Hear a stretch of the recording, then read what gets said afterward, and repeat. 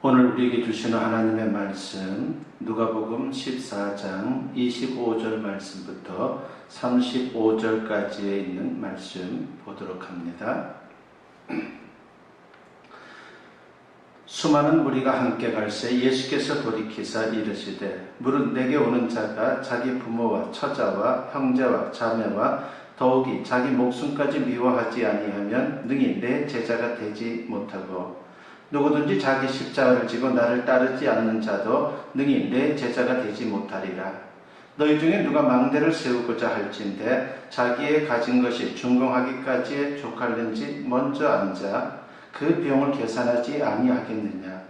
그렇게 아니하여 그 기초만 쌓고 능히 이루지 못하면 보는 자가 다 비웃어 이르되 이 사람이 공사를 시작하고 능히 이루지 못하였다 하리라. 또 어떤 임금이 다른 임금과 싸우러 갈 때에 먼저 앉아 1만 명으로서 저 2만 명을 거느리고 오는 자를 대적할 수 있을까 헤아리지 아니하겠느냐. 말을 못할 터이면 그가 아직 멀리 있을 때에 사신을 보내어 화친을 청할지니라. 이와 같이 너희 중에 누구든지 자기의 모든 소유를 버리지 아니하면 능히 내 제자가 되지 못하리라. 소금이 좋은 것이나 소금도 만일 그 맛을 잃으면 무엇으로 짜게 하리요. 땅에도 거름에도 쓸데없어 내버리니라. 들을 귀가 있는 자는 들을지어다 하시니라. 아멘. 오늘 이 본문을 가지고 제대로 믿나요? 라고 하는 제목으로 여러분과 같이 은혜를 나누고자 합니다. 우리 사회의 반기독교적 정서가 도를 넘어서고 있다라고 하는 생각을 해봅니다. 기독교에 대한 노골적인 욕설과 불신과 적대감이 가득합니다. 마치 기독교가 무슨 해충이라 되는 듯이 박멸해야 한다라고 그렇게 역설하는 사람들까지 있습니다. 그러나 다른 한편으로 생각해보면 우리 자신에 대한 성찰과 반성의 기회로 삼아야 한다라고 하는 생각을 해보게 됩니다. 저들의 비판과 공격이 기독교 자체에 초점을 맞춘 것이라기보다는 기독교인들에게 초점을 맞추고 있기 때문입니다. 그렇습니다. 오늘 기독교인들의 삶의 모습에는 참 문제가 많다는 것입니다. 저를 비롯한 목회자들이 목회자다운 모습을 이뤘습니다. 그리스도인들도 그리스도인다운 모습을 이뤘습니다. 한마디로 예수님을 제대로 믿지 않고 있다라고 말할 수가 있습니다. 오늘 본문은 예수님을 제대로 믿고자 하는 사람들에게 주시는 소중한 말씀입니다. 우선 본문 25절을 보면은 수많은 무리가 함께 갈새라고 했습니다. 수많은 사람들이 예수님을 따라 나섰습니다. 저들이 왜 예수님을 따라 나선 것입니까? 한 부류의 사람들은 예수님께서 베푸신 이적을 보았기 때문입니다. 이적을 본 사람들은 예수님을 따라가면 자신들의 문제를 해결받을 수 있을 것이다 라고 생각을 했습니다. 또 다른 한 부류의 사람들은 예수님께서 전하신 놀라운 말씀 때문입니다. 그래서 주님을 따라다니면 진리의 말씀을 계속 들을 수 있을 것이다 라고 생각한 것입니다. 그런데 25절을 보면 예수께서 돌이키사 이르시되라고 말씀을 합니다. 예수님께서 따라오는 사람들에게 말씀하셨습니다. 계속 따라올 것이냐라고 말입니다. 그리고 이어서 계속 예수님을 따를 사람들의 조건을 말씀하십니다. 여기서 한 가지 생각해 봐야 할 것이 있습니다. 예수님은 왜 따르는 사람들에게 계속 따라올 것인가를 물은 것입니까? 왜 따라오려면 지켜야 할 조건을 말씀하신 것입니까? 그저 많은 사람들이 예수님을 따르면 그 자체로 좋은 것 아니겠습니까? 성경을 자세히 보면 예수님을 따를 때 두 가지의 응답이 필요하다라고 하는 것을 알 수가 있습니다. 하나는 1차적 응답으로 예수님을 믿겠느냐는 물음에 대한 응답으로 예수님을 구주로 영접하고 믿고 따르겠다라고 응답하는 것입니다. 오늘 본문에서 예수님을 따라 나선 수많은 사람들은 일단 1차적으로 응답한 사람들입니다. 다른 하나는 2차적 응답이 있습니다. 이것은 예수님을 잘 믿겠느냐라고 하는 물음에 대한 응답입니다. 예수님을 구주로 믿을 뿐만이 아니라 예수님의 제자가 되어서 말씀을 배우고 그 말씀대로 살겠다라고 응답하는 것입니다. 오늘 본문에서 예수님은 2차적 응답을 요구하고 있습니다. 그렇습니다. 오늘도 많은 사람들이 신앙생활을 합니다. 모두가 예수님을 믿겠다고 따라 나선 것이죠. 1차적 응답을 한 것입니다. 그러나 2차적 응답을 제대로 하지 못한 사람들이 이 세상에 너무나도 많습니다. 예수님을 믿되 제대로 믿지 못하는 사람들이 많은 것이죠. 그러면 예수님을 잘 믿으려면 어떻게 해야 합니까? 예수님께서 요구하시는 2차적 응답은 무엇입니까? 첫째는 가족과 자신을 미워해야 한다라고 하는 것입니다. 본문 26절 말씀에 보니까 물은 내게 오는 자가 자기 부모와 처자와 형제와 자매와 더욱이 자기 목숨까지 미워하지 아니하면 능히 내 제자가 되지 못하고 라고 했습니다. 예수님께서 당신을 따르는 무리에게 하신 말씀입니다. 가족과 자신을 미워하지 않을 사람은 더 이상 나를 따르지 말라고 하는 것입니다. 글자 그대로만 보면요, 예수님의 제자가 되려면 가족을 미워해야 하고 또 자기 자신도 미워해야 한다라고 생각할 수가 있습니다.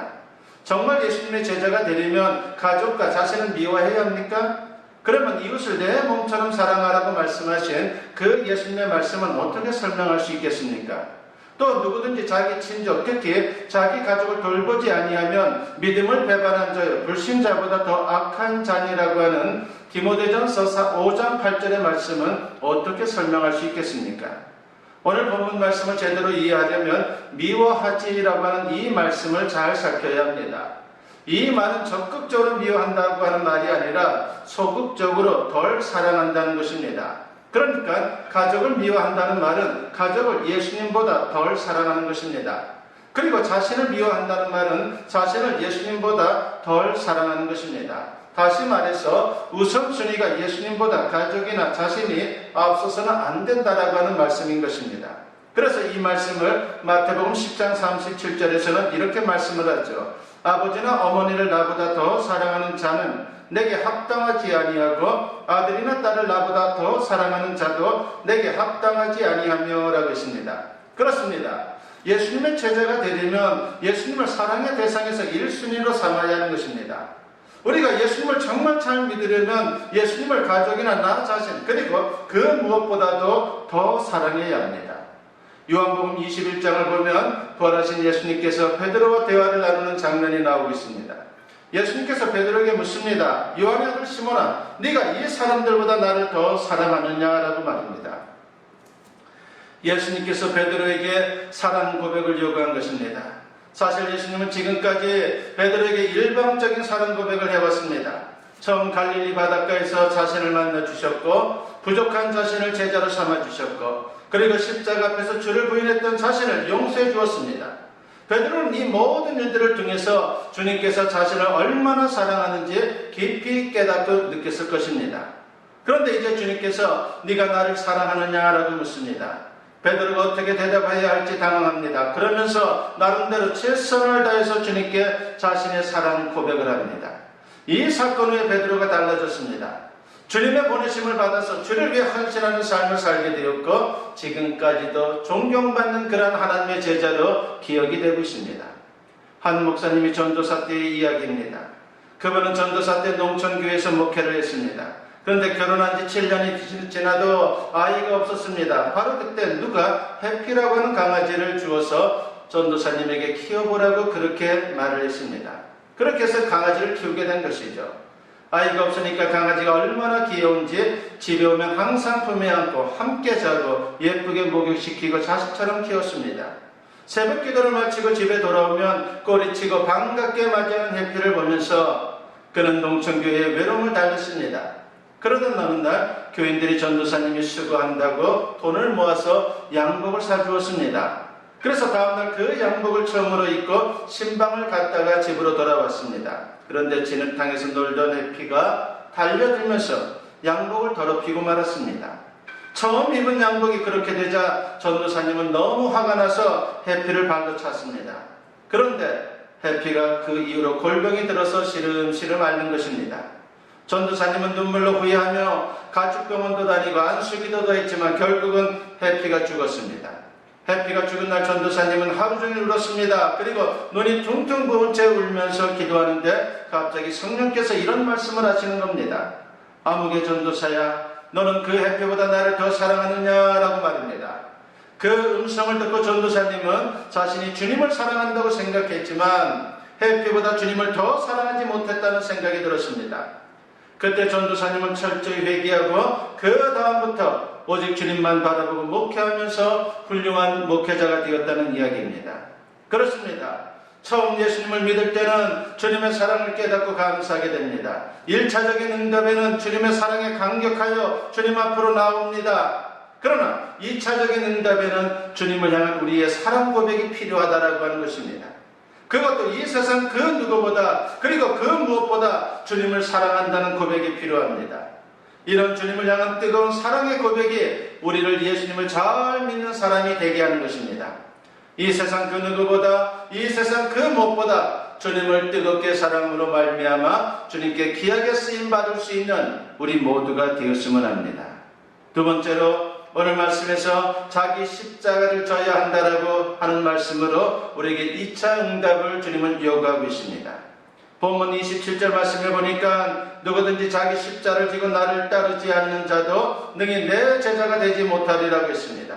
예수님을 계속 따르려면 예수님처럼 십자를 질 각오를 해야 한다는 말씀이죠. 그렇다면 십자를 진다는 것은 무엇입니까? 우선 십자를 지고 가는 사람들은 십자가형을 선고받은 사람들입니다. 십자가형이란 당시에 가장 참혹한 사형 방법입니다. 그러니까 십자가를 지고 간다는 것은 먼저 사형수가 될 각오가 필요하다는 것입니다. 사형수가 된다는 것은 무엇보다 자기 포기를 말하는 것입니다. 그동안 자기가 쌓아온 명예, 그리고 지위, 꿈과 비전, 이 모든 것을 예수님을 위해 기꺼이 포기할 수 있어야 한다고 하는 것입니다. 다음으로 십자를 지고 가는 사람들은 말 그대로 십자를 지는 사람들입니다. 형장까지 자기가 달리 십자를 지고 가야 합니다. 이것은 희생과 수고를 말하는 것입니다. 그러니까 예수님을 위해 희생과 헌신을 할 수 있어야 합니다. 그렇습니다. 처음 예수님을 믿을 때는 예수님 때문에 받는 것이 많았습니다. 먼저 죄사함을 받았고 하나님의 자녀가 되었습니다. 즉 하나님의 자녀라고 하는 새로운 신분을 받은 것이죠. 그리고 영생을 받았습니다. 저 천국에서 영원 복락을 누릴 보장을 받은 것입니다. 뿐만 아니라 이 땅에서 주님과 동행하면서 하나님께서 주시는 복을 누리게 되었습니다. 그러나 이제 주님께서 십자를 지고 주님을 따르라 말씀합니다. 그러니까 주님을 위해 자신을 내려놓아야 한다는 것입니다. 주님을 위해 희생과 헌신을 해야 합니다. 이것을 할 수 있어야 예수님을 잘 믿을 수 있는 것이고 바로 그 인생에 진정 세상 가운데서도 인정받고 주님의 영광을 나타내는 그러한 존귀한 인생이 되는 것입니다. 아프리카에서 선교하는 선교사님의 이야기입니다. 밀림의 선교여행 중에 물살이 센 강을 건너게 되었습니다. 그런데 원주민들이 크고 무거운 돌을 머리에 이고서 강 한복판으로 들어가는 것입니다. 그래서 선교사님도 따라서 크고 무거운 돌을 힘겹게 머리에 이고 그들을 따라 나섰습니다. 그런데 강 한복판에 들어서면서 깨달았습니다. 크고 무거운 돌을 이고 있기에 물살에 휩쓸리지 않는다라고 하는 것을 말입니다. 그렇습니다. 십자가를 지는 일은 쉽지 않습니다. 그러나 그 십자를 잘 지면 예수님을 잘 믿게 되는 것입니다. 그래서 어떤 어려움을 당해도 그 어려움을 잘 극복할 수 있습니다. 그 어려움 속에서도 믿음을 잘 지킬 수 있습니다. 그리고 믿음으로 승리할 수 있습니다. 요셉을 보십시오. 요셉도 어려서부터 원치 않는 십자가를 졌습니다. 형들의 미움을 받아 노예로 팔리게 되었고 나중에는 누명을 쓰고 옥에 갇히는 그런 신세까지 되었습니다. 그러나 그 십자가가 결국은 그를 애굽의 총리 대신이 되게 했고 그것 때문에 그는 그의 온 가족을 그 엄청난 기근에서 살릴 수 있었습니다. 그는 훗날 이렇게 말하죠. 나를 이곳으로 오게 한 자는 당신들이 아니요 하나님이시라. 욥이라는 인물도 여러분 한번 생각해 보십시오. 그도 한참 잘 나갈 때 갑작스럽게 재난이 닥쳤습니다. 하루아침에 재산 다 날리고 자식들까지 몰살당하고는 그런 엄청난 사고를 겪었습니다. 엎친 데 덮친 격으로 그 몸에 병까지 들었습니다. 그러나 그 십자를 지고 나아가니까 그의 신앙이 한 단계 더 성숙하게 되었고 또 나중에는 더 큰 하나님의 축복을 누렸다라고 하는 것입니다. 다윗에게도 십자가가 있었습니다. 사울왕이 십자가였습니다. 자기가 그렇게 섬겨주고 생명을 바쳐 전쟁터에 나가 싸워주었건만 그 사울은 자기를 죽이려고 늘 찾아다녔습니다. 그뿐만이 아닙니다. 다윗의 아들이 십자가였습니다. 그렇게 사랑한 자식이 자기를 배반했습니다. 그러나 그도 그 십자를 잘 지고 갔습니다. 다윗이 훗날 시편 119편 71절에서 이런 고백을 하죠. 고난당한 것이 내게 유익이라. 이로 말미암아 내가 주의 율례들을 배우게 되었나이다 라고 했습니다. 주어진 십자가를 잘 짊어짐으로 예수님을 잘 믿을 뿐만이 아니라 그로 인해 더 큰 축복을 받을 수 있는 우리 모든 성도님들이 되었으면 합니다. 세 번째로 주님 앞에 우리가 2차적인 응답을 하기 위해서는 모든 소유를 버려야 한다라고 하는 것을 오늘 본문은 말씀합니다.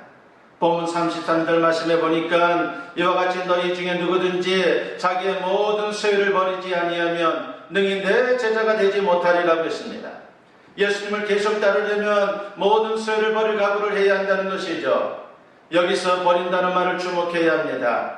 이 말의 원뜻은 헤어지다, 작별하다라고 하는 뜻입니다. 그러니까 모든 소유를 버린다는 말은요, 자기가 가진 모든 소유에 작별을 구하는 태도를 가져야 한다라고 하는 그런 뜻입니다. 즉 소유에 대한 집착을 버리라는 것입니다. 이 집착 때문에 우리가 예수님을 제대로 믿을 수 없다라고 하는 것이죠. 창세기 14장에 보면요, 아브라함이 조카 롯을 전쟁에서 구하는 장면이 나옵니다. 그러면서 소돔왕과 만나게 되는데 소돔왕은 아브라함을 승전자로 대합니다. 그래서 아브라함에게 나름대로 합당한 제안을 합니다. 되찾아온 소돔 백성들은 자기에게 돌려주고 전리품은 아브라함이 차지하라고 하는 것입니다. 하지만 아브라함은 하나님의 이름을 걸고 단호하게 말합니다. 창세기 14장 23절에 보니까 내 말이 내가 아브라함으로 치부하게 하였다 할까 하여 네게 속한 것은 실 한 오락이나 들매끈 한 가닥도 내가 가지지 아니하리라 하겠습니다. 아브라함은 전쟁에 필요한 보급품을 마련하는 데 쓴 그 비용과 자기와 함께 싸우러 간 사람들에게 돌아갈 목만 떼어내고 나머지는 모두 소돔왕에게 돌려주었습니다. 그는 물질에 대한 욕심으로부터 자유로웠다라고 하는 것입니다. 그가 이미 부자이기 때문입니까?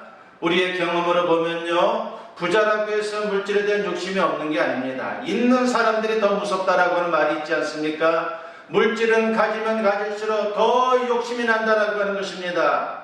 그것이 우리의 습성이라고 하는 것이죠. 우리의 또한 본능인 것입니다. 여러분, 창세기 14장에 대한 그것은 적절한 이해가 아닙니다.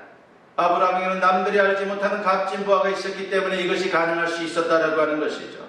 그것은 하나님의 약속입니다. 값진 진주를 발견한 상인이 집으로 돌아가서 자기가 가진 모든 것을 팔아 그 진주를 산다라고 했습니다. 아브라함은 그 값진 진주를 이미 손에 넣은 사람입니다. 천지의 주제이신 하나님께서 때마다 일마다 그를 도우실 것입니다.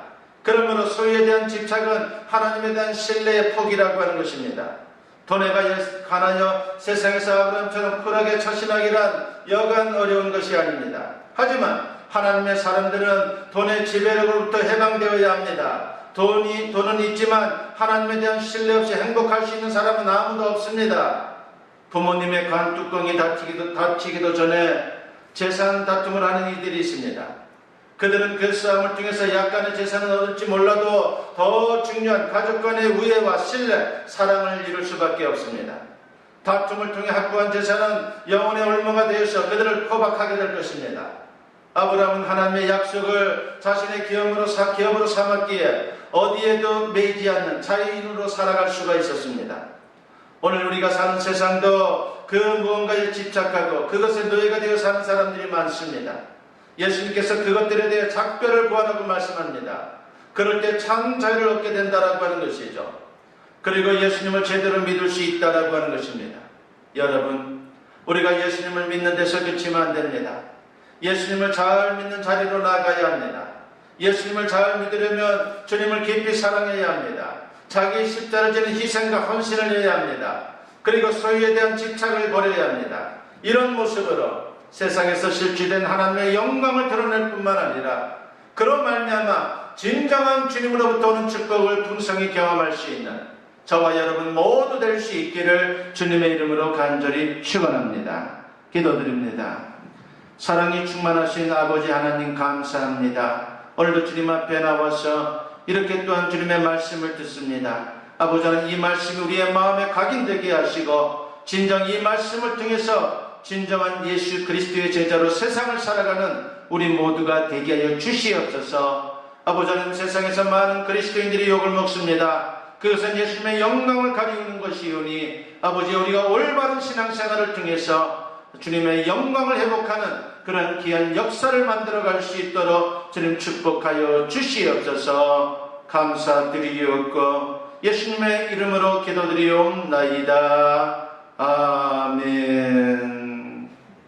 축복 기도드립니다. 이제는 우리 주 예수 그리스도의 은혜와 아버지 하나님의 무궁하신 사랑하심과 성령의 감화감동 역사 충만하심이 오늘 주님께 예배로 영광 돌리며 선포된 말씀과 같이 참된 예수 그리스도의 사람이 되어서 주님의 영광을 회복하고 주님께 귀하게 쓰임받는 인생을 바라보며 세상을 향하는 주님의 사랑하는 자녀들 위해 지금으로부터 영원토록 함께 하시기를 간절히 축원하옵나이다. 아멘.